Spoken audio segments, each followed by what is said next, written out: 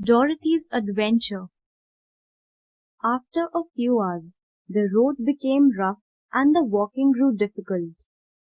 The Scarecrow often stumbled over the bricks that were very uneven. Sometimes they were broken or missing altogether, leaving holes. Toto jumped across them and Dorothy walked around them. As the Scarecrow had no brains, he walked straight ahead and stepped into the holes and fell hard.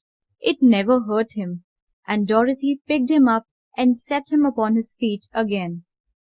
At noon, they sat down by the roadside near a little brook, and Dorothy opened her basket and got out some bread. She offered a piece to the Scarecrow, but he refused. I am never hungry, He said, and it is a lucky thing.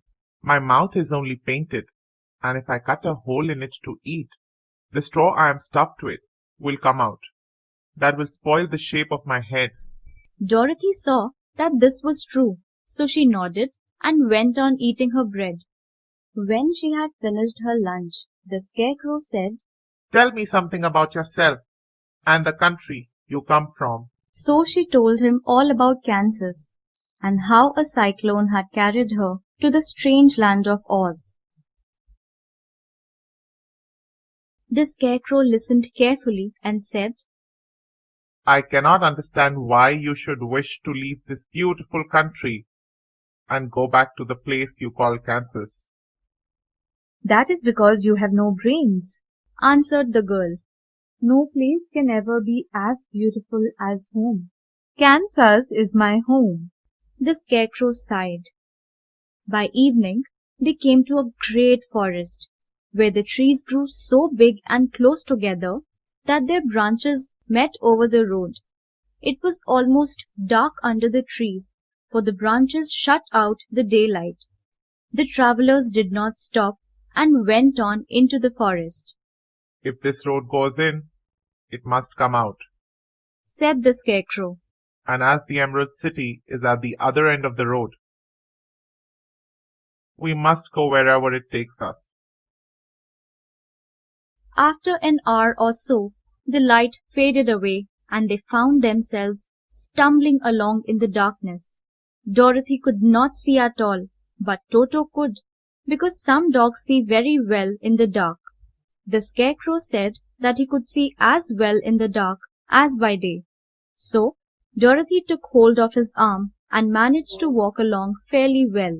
After a while, the Scarecrow stopped. I see a little cottage, He said, built of logs and branches. Shall we go there? Yes, indeed, answered the girl. I am very tired. So, the Scarecrow led her through the trees until they reached the cottage. Dorothy entered and found a bed of dried leaves in one corner. She lay down at once, and with Toto beside her, soon fell into a sound sleep. The Scarecrow, who was never tired, stood up in another corner and waited patiently until morning came. When Dorothy awoke, the sun was shining through the trees, and Toto had long been out chasing birds and squirrels. The Scarecrow was still standing in his corner, waiting for her. We must go and search for water, she said to him. They left the cottage and walked through the trees until they found a little spring of clear water, where Dorothy drank and bathed and ate her breakfast.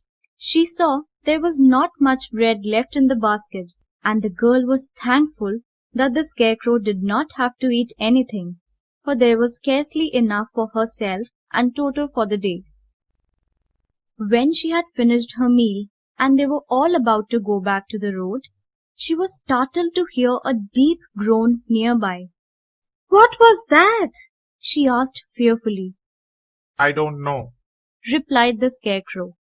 but we can go and see. Just then, another groan reached their ears, and the sound seemed to come from behind them.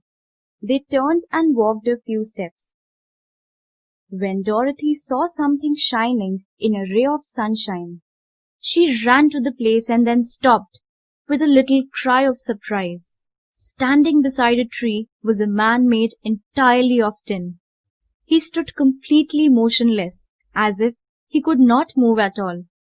Dorothy looked at him in amazement, and so did the Scarecrow, while Toto barked sharply and snapped at the tin legs, which hurt his teeth. "Did you groan?" asked Dorothy. Yes, Answered the Tin Man. I did. I have been groaning for more than a year, and no one has ever heard me before or come to help me. "What can I do for you?" she asked softly, for she felt sorry when the Tin Man spoke in such a sad voice. Get an oil can and oil my joints. He answered. They are rusted so badly that I cannot move them at all. If I am well oiled, I shall soon be all right again. You will find an oil can on a shelf in my cottage.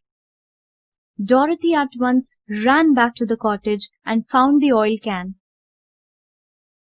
And then she returned and oiled the Tin Man's joints.